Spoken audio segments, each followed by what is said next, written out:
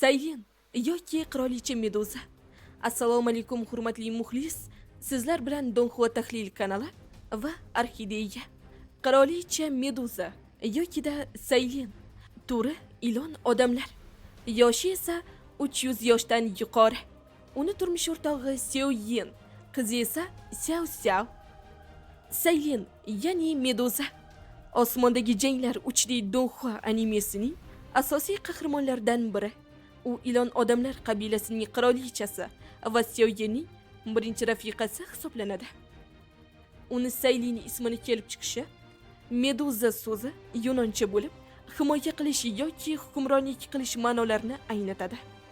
Saylin so'zining say qo'shimchasi Shimoliy Sun sulolasi davridagi yuzlab rasmiy familiyalardan biri bo'lib kelgan, asosan familiya sifatida ishlatiladi. Saylin so'zining ikkinchi bo'limi Lin. Lin so'zi ko'pincha qizlar ismi sifatida ishlatiladi. U go'zallikni ifodalovchi so'z. Endi Saylin so'zini ma'nosiga kelsak, say rang-barang, maqtovga sazovor, qimmatli degan ma'nolarni anglatadi. Ikkinchi bo'limi Lin esa tangachalar, baliq yoki sudralib yuruvchilarning tangachasi degan ma'noni anglatadi. Shu bois Saylin ismining ma'nosi qimmatli tangachalar yoki-da rang-barang tangachalar deganidir. Bu bilan qirolicha Meduzaning sudralib yuruvchi qismiga urg'u berilgan. Endi esa uning xarakteriga to'xtalamiz. U juda mag'rur va o'zini boshqalardan ustun ko'radigan xonim. Boshqalar uni hazrati oliyalari yoki-da qirolicha deb murojaat qilishini xohlaydi. Qirolicha Meduza yosh bolalarga nisbatan juda yumshoq xarakterga ega. Saylin xarakter jihatdan juda ham qiziquvchan va u insonlarga juda ham qiziqadi. U Xiao Yin bilan uchrashishdan oldin u uchun insonlarning hayoti hech qanday qimmatga ega bo'lmagan. Saylin Meduzalar avlodidan bo'lganligi sababli u kimnidir chin yurakdan sevsa, umrini oxirigacha sodiq qoladi. Xiao Yin bilan bo'lgan voqealardan keyin uni o'ldirish haqida o'ylagan bo'lsa ham, uni qalbida ziddiyatli his-tuyg'ular paydo bo'lgan.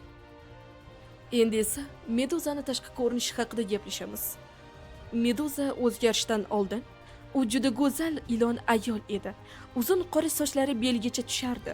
Binafsha rangli ilon dumi va nafis binafsha libos kiygan. Uning qaddi qomati jozibali va nafis edi. O'zgarishdan keyin esa u samon yutuvchi 7 rangli jannat pitoni bilan birlashgach, yoshroq ko'rinishga ega bo'ldi. Ilon dumi inson oyoqlariga aylandi. U hanuz juda jozibali va o'ziga tortuvchi ko'rinishga ega bo'lib qoldi. Ushbu Donxuodagi ilk roli u ilk bor yashil lotus yurak olovi voqealari paytida paydo bo'ladi. Olovni savdoga bermasdan uni kuchayish uchun ishlatmoqchi bo'ladi. Keyinchalik esa Xiao Yin 7 rangli samon yutuvchi jannat pitonini o'zi bilan olib ketadi. Meduza ko'pincha ilon ruhi orqali paydo bo'ladi va asta-sekin Xiao Yinga bog'lanib qoladi. U ko'plab janglarda Xiao Yinga yordam beradi. Shu jumladan tumanli bulut sektasi bilan bo'lgan jangda Xiao klanni himoya qilishda katta rol o'ynaydi. Yao Chen yoki-da Yalao bilan kelishuvga ko'ra, agar u Xiao Yinni 1 yil davomida himoya qilsa, Meduzaga maxsus dori tayyorlab berilishi va'da qilinadi. Shundan so'ng ham Xiao Yin bilan u birgalikda juda ko'p xavfli vaziyatlardan o'tadi. Keyinchalik Saylin homilador ekanligini biladi va qizi Xiao Xiao tug'ilgach, oradan bir necha yil o'tib, Xiao Yin bilan birgalikda nikohdan o'tishadi. Endi esa keyingi rivojlanishga kelsak, u chuqur tubsiz hududdagi 7 rangli samoni yutuvchi ilonlar yashirin qabilasini topadi va kuchini oshirib 9 rangli samoni yutuvchi ilonga aylanadi. Keyinchalik u 4 yulduzli Doushing darajasiga yetadi. Shunga qaramay, Xiao Yin undan ham kuchliroq bo'lib qoladi. U va Xiao Yin oxir-oqibat er-xotin sifatida birga qolishadi. Qirolicha Meduza haqidagi qiziqarli faktlarga kelsak, u juda kuchli va qobiliyatli yetakchi. Ko'pincha Xiao Yin yo'qligida tashkilotlarni boshqaradi. Qirolicha Meduza va Xiao Yin bitta qizli bo'lishadi. Uning ismi esa Xiao Xiao. Qirolicha Meduzaga Saylin ismini Xiao Yin bergan. va Sevyenning birinchi rafiqasi Saylin.